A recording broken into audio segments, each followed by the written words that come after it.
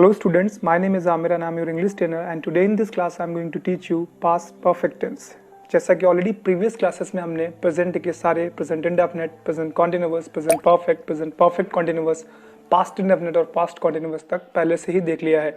आज की इस क्लास में हम देखने वाले हैं पास्ट परफेक्ट टेंस की आईडी क्या है, हम ये भी देखेंगे पास्ट परफेक्ट टेंस का रूल क्या है और साथ ही साथ हम ये भी देखेंगे पास्ट परफेक्ट टेंस को हम इंग्लिश बोलते समय कब यूज़ करते हैं, कैसे यूज़ करते हैं। तो सबसे पहले हम लोग देख लेते हैं पास्ट परफेक्ट टेंस की आईडी क्या है इसकी पहचान। तो अगर हम पास्ट परफेक्ट टेंस की आईडी की बात करें तो आईडी है जिन हिंदी वाक्यों के अंत में चुका था, चुकी थी, चुके थे, आ था, ई थी, ए थे ऐसे वर्ड्स आते हैं तो ऐसे वाक्यों को हम पास्ट परफेक्ट टेंस में बनाते हैं। यानी अगर आपको कहीं पे भी वाक्यों के अंत में चुका था, चुकी थी, चुके थे या आ था, ई थी, ए थे इनमें से कोई भी एक वर्ड मिल जाए तो आप उसको पास्ट परफेक्ट टेंस में बनाएंगे। लेकिन जैसा कि ऑलरेडी मैंने इससे पहले बताया हुआ था आपको, स्पीकिंग एक अलग चीज़ है और इंग्लिश ग्रामर एक अलग चीज़ है। अगर हम बोलने के लिए जाएंगे तो हमें सेंटेंसेस कहीं पे लिखे हुए नहीं मिलेंगे। अगर सेंटेंसेस लिखे हुए नहीं मिलेंगे तो फिर हम कैसे पता करेंगे कि जो मैं सेंटेंस बोलने वाला हूँ इसे मुझे पास्ट परफेक्ट में बोलना है। तो ऐसी सूरत में आपको करना क्या है, बस सब्जेक्ट द्वारा पास्ट में कोई भी कार्य किसी पॉइंट ऑफ टाइम पे खत्म किया गया था, ये आप कभी भी किसी को बताओगे या आप किसी से भी पूछोगे तो ऐसे वाक्यों को बनाने के लिए आपको पास्ट परफेक्ट टेंस के रूल्स को फॉलो करना है। काम खत्म हो चुका होगा और काम को खत्म किए हुए बहुत ज़्यादा समय हो गया होगा और सब्जेक्ट आपको फ्री मिलेगा। यानी पास्ट में किसी भी पॉइंट ऑफ टाइम पे सब्जेक्ट द्वारा कोई कार्य पूर्ण कर लिया गया था, खत्म कर दिया गया था, ये हम कभी भी किसी को बताएंगे या किसी से भी पूछेंगे। ऐसे वाक्यों को बनाने के लिए हमें पास्ट परफेक्ट टेंस के रूल्स को फॉलो करना है। जैसे एग्जाम्पल के तौर पर सेंटेंस लिखा हुआ है वह घर गया था, वह घर गया था। अगर इसमें हम समझेंगे तो सेंटेंस लिखा हुआ है वह घर गया था, वह घर गया था का मतलब वो घर जाने का काम खत्म हो गया था और बहुत समय पहले गया था। ठीक है, तो जब एक पॉइंट ऑफ टाइम रहा होगा जिसमें वो घर पहुंच चुका होगा, ठीक है, तो वह घर गया था यानी वह घर पहुंच गया था। ठीक है, ऐसे अगला सेंटेंस लिखा हुआ है मैंने उसे बता दिया था, यानी कि एक पॉइंट ऑफ टाइम ऐसा था जब मैंने उसको अपनी बात जो मुझे बताना था मैंने बोल दिया था। तो यहाँ पर आप देखेंगे वाक्यों के अंत में आ था आया है, तो ऐसे वाक्यों को हम बनाएंगे पास्ट परफेक्ट टेंस में। अब बात करते हैं कि हमें ये पता चलेगा कि हमें पास्ट परफेक्ट टेंस में बनाना है। अब बात आती है कि इसका रूल क्या रहेगा, कैसे हम इसको ट्रांसलेट करेंगे इंग्लिश। तो अगर हम पास्ट परफेक्ट टेंस के रूल्स की बात करें तो बस इतना समझ लीजिए, पास्ट परफेक्ट टेंस में सबसे पहले सब्जेक्ट लिखा जाता है, सब्जेक्ट के बाद आता है हैड, इसके बाद जो भी वर्ब आएगी वो थर्ड फॉर्म में आएगी, इसके बाद ऑब्जेक्ट आएंगे एंड देन जो भी बचा हुआ पोर्शन है वो आ जाएगा। यानी वर्ब की थर्ड फॉर्म ही यूज होगी, चाहे निगेटिव हो चाहे इंट्रोगेटिव हो, कैसा भी आपको सेंटेंस मिले। अगर पास्ट परफेक्ट है तो पास्ट परफेक्ट में वर्ब की थर्ड फॉर्म ही आएगी। ठीक है, अब हम देख लेते हैं कुछ सेंटेंसेस। तो पहला सेंटेंस था वो घर गया था। यहाँ पर हम देखेंगे वह घर गया था, यानी कि वह सब्जेक्ट है तो ही हेल्पिंग वर्ब हैड आएगी हमारे पास, चाहे एक वचन करता हो चाहे बहुवचन करता हो। तो वह घर गया था तो he had gone home, he had gone home. मैंने उसे बता दिया था, मैंने उसे बता दिया था। इसे हमें ट्रांसलेट करना है तो कैसे करेंगे, मैंने यानी आई हैड टोल्ड हिम, मैंने उसे बता दिया था, आई हैड टोल्ड हिम।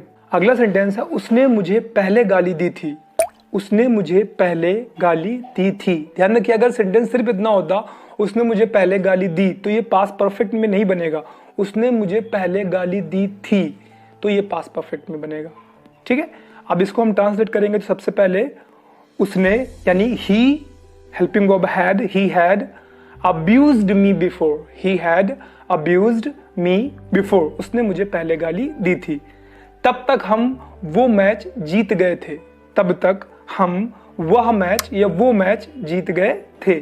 तो तब तक के लिए चाहे तो आप स्टार्टिंग में लगा लीजिए टिल दैट टाइम, चाहे आप लास्ट में लगा लीजिए।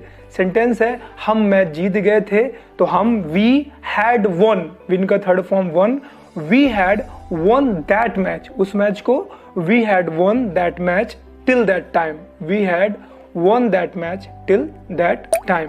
अगला सेंटेंस है उसने मुझे बता दिया था, उसने मुझे बता दिया था। तो उसने यानी he had told me, he had told me. अगला सेंटेंस है हमने उसे पैसे भेज दिए थे, हमने उसे पैसे भेज दिए थे, तो हमने यानी वी हैड सेंट, सेंट का third form sent, we had sent him money, we had sent him money. तो हम बात कर लेते हैं नेगेटिव सेंटेंसेस की। नेगेटिव सेंटेंसेस में और अफर्मेटिव सेंटेंसेस में कोई ज़्यादा फर्क नहीं आएगा, बस आपको करना क्या रहेगा, नेगेटिव सेंटेंसेस में आपको हैड के बाद में नॉट का यूज़ कर देना है।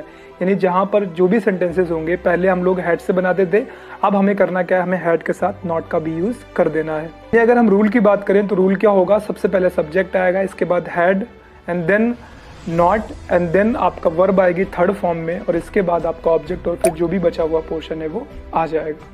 अगर हम सेंटेंसेस देखें तो सेंटेंस है वह घर नहीं गया था, वह घर नहीं गया था। इसे हमें बनाना है तो कैसे बनाएंगे, वह यानी ही हैड नॉट, वह नहीं गया था, he had not gone home, he had not gone home, वह घर नहीं गया था। अगला सेंटेंस है मैंने उसे नहीं बताया था, मैंने उसे नहीं बताया था। तो मैंने यानी I had not told him, I had not told him.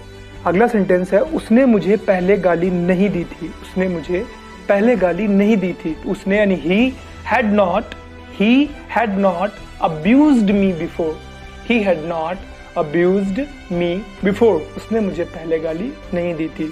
तब तक हम वो मैच नहीं जीते थे, तब तक हम वो मैच नहीं जीते थे। तो we had not won that match, we hadn't won that match till that time, we had not won that match till that time। ये बात हो गई नेगेटिव सेंटेंसेस की। अब हम बात करते हैं इंट्रोगेटिव सेंटेंसेस को।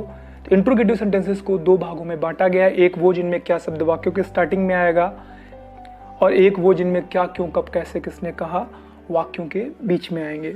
वाक्यों में स्टार्टिंग में अगर क्या शब्द आता है तो इसका आंसर हमें सिंपली यस या नो में करना होता है। इनके रूल होते हैं, सबसे पहले हैड आएगा एंड देन फिर आएगी जो भी सब्जेक्ट है वो आ जाएगा, एंड देन वर्ब की थर्ड फॉर्म आएगी, ऑब्जेक्ट आएगा और जो भी बचा हुआ पोर्शन है वो आ जाएगा। सबसे पहले had and then subject and then verb की थर्ड फॉर्म, देन ऑब्जेक्ट और जो भी बचा हुआ पोर्शन है वो आपका आ जाएगा। सेंटेंस है क्या उसने तुम्हें नहीं बताया था, क्या उसने तुम्हें नहीं बताया था। तो had he not told you, had he not told you, क्या हम मैच जीत गए थे, had we won the match. क्या तुम वहां गए थे, had you gone there, had you gone there.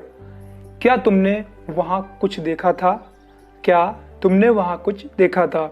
Had you seen there anything, had you seen there anything. तो ये तो ऐसे सेंटेंसेस हो गए जिनमें क्या शब्द वाक्यों के स्टार्टिंग में आया है। अब ऐसे सेंटेंसेस जिनमें क्या शब्द क्या, क्यों, कब, कैसे, किसने कहा वाक्यों के बीच में आएंगे, तो इनको बनाने के लिए रूल क्या रहेगा, रूल रहेगा सबसे पहले वो क्वेश्चन वर्ड आएगा एंड देन हैड आएगी, फिर इसके बाद सब्जेक्ट लिखना है आपको, इसके बाद जो भी वर्ब आएगी वो थर्ड फॉर्म में आएगी एंड देन ऑब्जेक्ट और फिर बचा हुआ पोर्शन आपका आ जाएगा। सेंटेंस है उसने तुम्हें क्या बताया था, तो सबसे पहले क्या, what had he told you, what had he told you. अगला सेंटेंस है तुम कहाँ गए थे, तो कहाँ, where had you gone, where had you gone. अगला सेंटेंस है वह घर कैसे आया था, वह घर कैसे आया था, तो कैसे, how had he come home, how had he come home. तुम वहां किस लिए गए थे, तो किस लिए, for what had you gone there, for what had you gone there. ये थे सारे के सारे इंट्रोगेटिव सेंटेंसेस।